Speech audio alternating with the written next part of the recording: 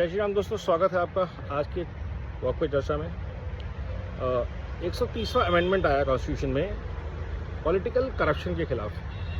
क्या किसी पॉलिटिशियन को किसी भी पावर पोजीशन में हो, अगर उनके ऊपर 30 दिन के ऊपर से अगर केस जेल हो गई है तो they will have to resign, they will be remove from the position.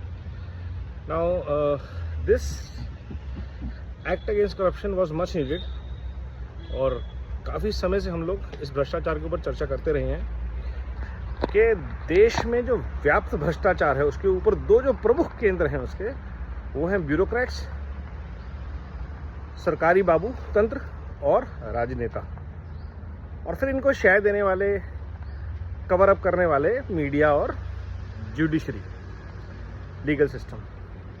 But कल जो पहला बिगुल बजाया है अमित शाह जी ने भ्रष्टाचार के खिलाफ, इससे सरकार की मंशा साफ हो जाती है कि चाहे किसी भी पॉलिटिकल पार्टी का नेता हो, मंत्री हो, प्रधानमंत्री हो, मुख्यमंत्री हो, संतरी हो, कोई भी हो, अगर वो भ्रष्टाचार के किसी भी केस में या किसी भी केस में लिप्त पाएगा अपराध के, तो उसको कुर्सी तो छोड़नी ही पड़ेगी, so that all legal actions can follow. But अगर हम लालू जी की यात्रा देखें तो जेल में है लेकिन बेल पर है और लगातार उनको पैरोल मिल रही है।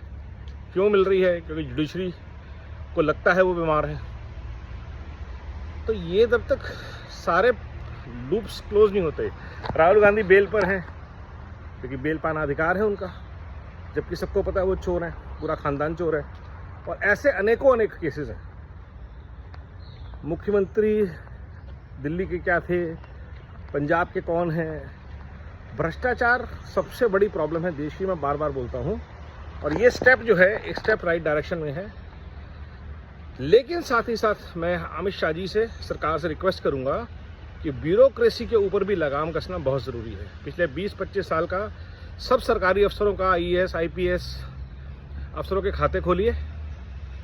जिस दिन उन्होंने ज्वाइन किया था या 10 साल बाद की उनकी इनकम देख लीजिए, और आज उनकी इनकम, उनके रिश्तेदारों की इनकम, उनकी प्रॉपर्टी, एसेट्स सब खंगाल लीजिए। अब तो आपके पास सारा डिजिटल एनालिटिक्स डेटा सब है, किसके कहाँ बैंक अकाउंट, किसके कहाँ बंगले, किसके बच्चे कहाँ पढ़ रहे हैं।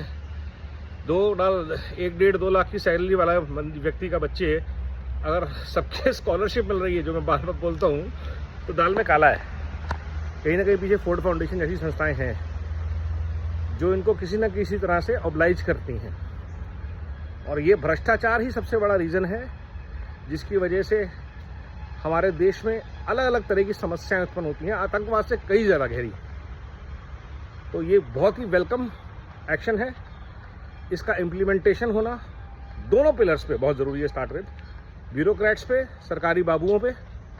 हम रोज़ सुनते हैं एक छोटे से क्लर्क की 50 करोड़ की, 100 करोड़ की, 700 करोड़ की जायदाद है, 50 प्लॉट, 20 घर, कितनों की खेती। ऐसा नहीं हो सकता कि किसी को सिस्टम में पता नहीं है कौन क्या कर रहा है।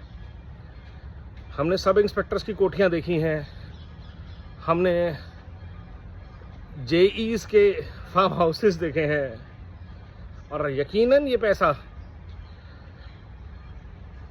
ईमानदारी की कमाई से तो आया नहीं है। अब ये किसी ने बहुत बड़ा न्यूज़पेपर में ऐड देखा था जी, JE थे साहब नोएडा में और उनका बहुत बड़ा स्कूल है कहीं पे लखनऊ या कानपुर में। कहाँ से आया पैसा? ये गरीब लोगों के जब सरकारी नौकरी लग जाती है तो इनके रिश्तेदार आके इनको ज़मीनें कैसे दान दे देते हैं। जिनके पास 1 एकड़ खेत नहीं था उनके 100 एकड़ के फार्म हाउस बन जाते हैं। तो राजनीति में जो लोग आते हैं उनको भ्रष्टाचार की शायद इतनी समझ नहीं होती, लेकिन क्योंकि ब्यूरोक्रेट्स को सारे गेम पता होते हैं, उनको ट्रेन करते हैं और फिर उनके बाप बन जाते हैं।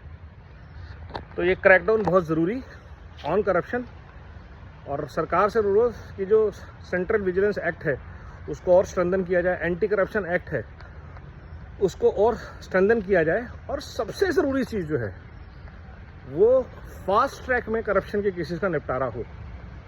No bail, no parole for anybody found corrupt in scams which is proven. Like ED लगातार प्रूव कर रहा है हर जगह कहाँ पैसे का गबन हुआ है, घपले हुए हैं। उसके बाद कोई गुंजाइश नहीं बचती है कि अगर किसी की 100 करोड़ की प्रॉपर्टी को अटैच कर लिया गया है, खातों को सीज कर लिया गया है, और क्या बचा प्रूव करने के लिए?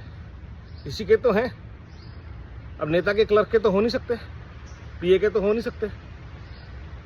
जज के घर में लाखों का कैश, जज बोलते हैं नहीं मेरा नहीं था, मेरे घर में पड़ा हुआ था। भैया ऐसा कैसे कैश होता है जो आपका नहीं है लेकिन आपके घर में पड़ा हुआ है? आप बैंक चलाते हैं, आपके वॉर्ड्स चलते हैं, क्या है? तो इन सब पे सख्त कार्रवाई हो, ऐसा देश का अनुरोध, देश की उम्मीद। नमो भारत, वंदे मातरम, जय हिंद।